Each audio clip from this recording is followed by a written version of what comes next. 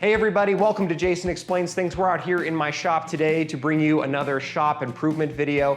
I've been doing a lot of projects out here improving this space, and there's a video about each of these on the channel if you're interested, from building those heavy-duty storage shelves, a mechanic's workstation, a heater and air conditioner for Mr. Cool, LED lights, all sorts of stuff. I've been doing other projects out here too, woodworking, motorcycle stuff. I have been heating and cooling this space a lot more, and it's starting to get a little noticeable on my utility bill. The number one issue with temperature control in here is definitely these two garage doors you see behind me. They are original to the shop when it was built in the late 90s, and they're not that great as far as insulation is concerned.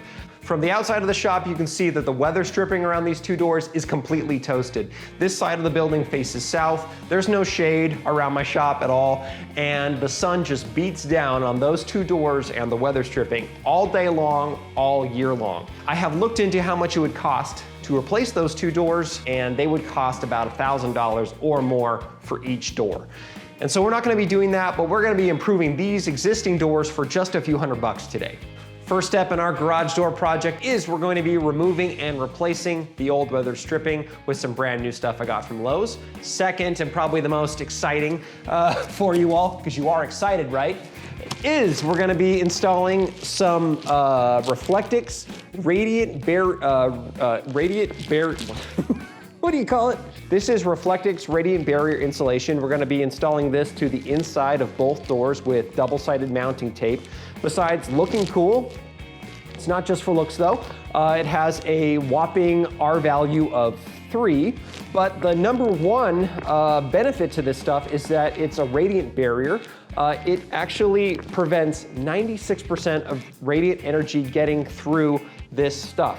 So, you know, when you have the sun beating on those doors, the radiant heat energy will be bounced back outside, and hopefully during the winter months, it'll actually kind of bounce the heat back inside, and it won't leak out. So that's kind of the point of that. I'll kind of get into a little bit more about the science of this stuff in a little bit, but let's get started on the project with removing the weather stripping.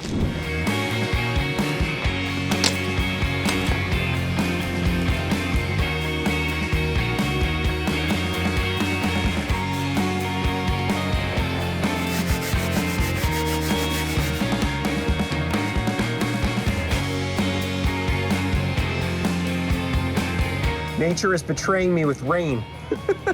I lost my son. Anyway, I went and took some primer and just kind of touched up the edge here because they're removing the old stuff revealed some bare wood. So I'm probably the only person in town painting outside in January, but you gotta do what you gotta do sometimes. Anyway, let's wait for this to dry, then put the new stuff on.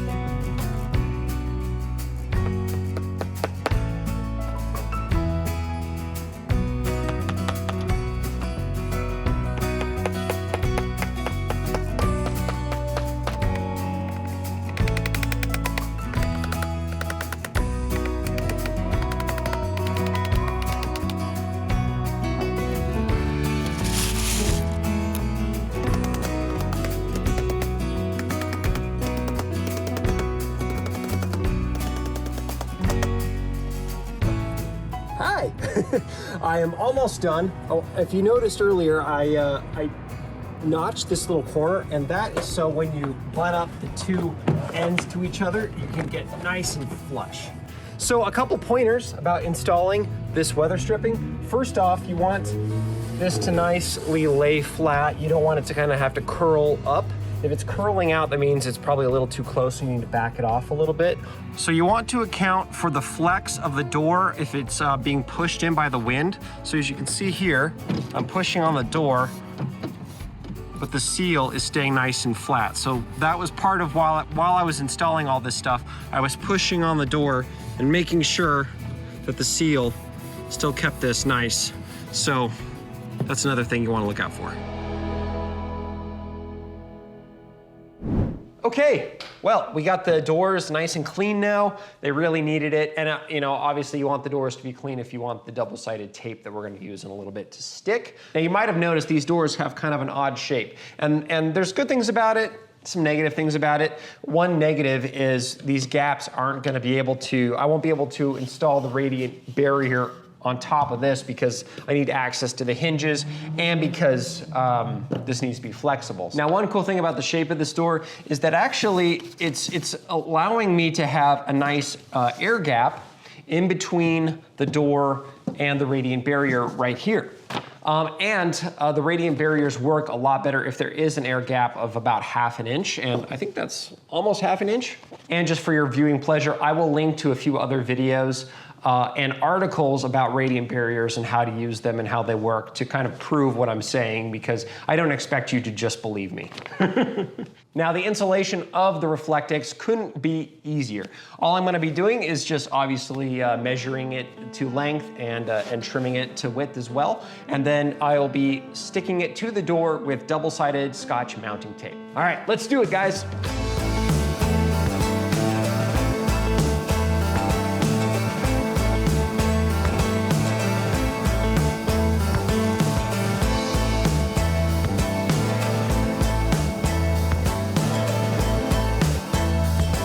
Trimming all these guys up was definitely a bit of a chore, kind of wore out my lower back, but that's okay. I'm old, so I'm used to it. All right, mounting tape around the edges, and we're done.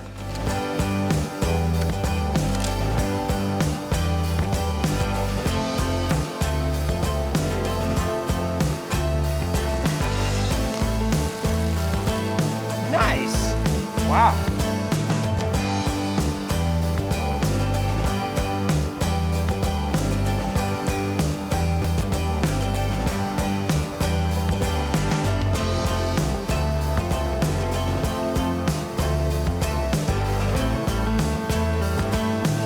All right, for the two top sections of the doors, you know, we're dealing with the connection here for the top rollers on both sides. We're dealing with the connection to the chain right there. My original plan was I was gonna use, you know, some scissors and just cut around this, but I think there's nothing wrong with just disconnecting one at a time each one of these. They're just 7/16 inch hex screws, putting it on and then sandwiching it on there. So that's what I'm gonna do. Wish me luck. We'll find out if it's a bad idea.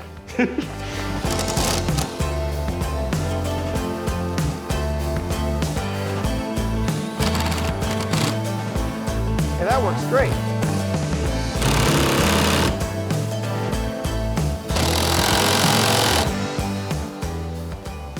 Done.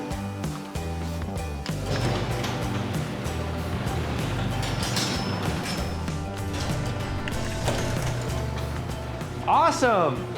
Doors are closing and opening just right. You can also hear, as it, you know, because of the new seals on the outside, you go like, shoom. It's awesome. You can always, it's definitely, I think there's a little bit of soundproofing that's happened with this stuff too, which is really, really cool.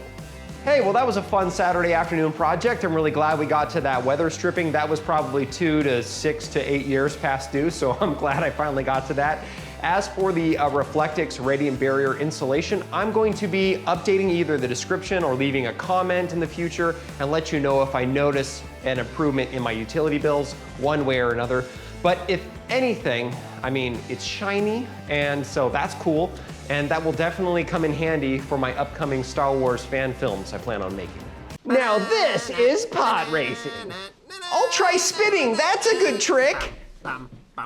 But anyway, probably the next shop video I'm gonna be doing will be that corner over there, improving that workbench, adding some tool storage, some shelving, things like that. I just throw stuff in that corner for now. So please, if you enjoyed this, consider subscribing, turning on notifications, and clicking the all button, because I'll be honest with you, YouTube doesn't really seem to be recommending Jason Explains Things for some reason, and it can't be because the quality's low, because it's not.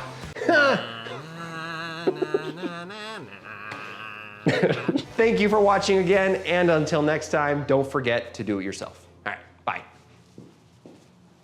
Shiny, right? It's pretty cool.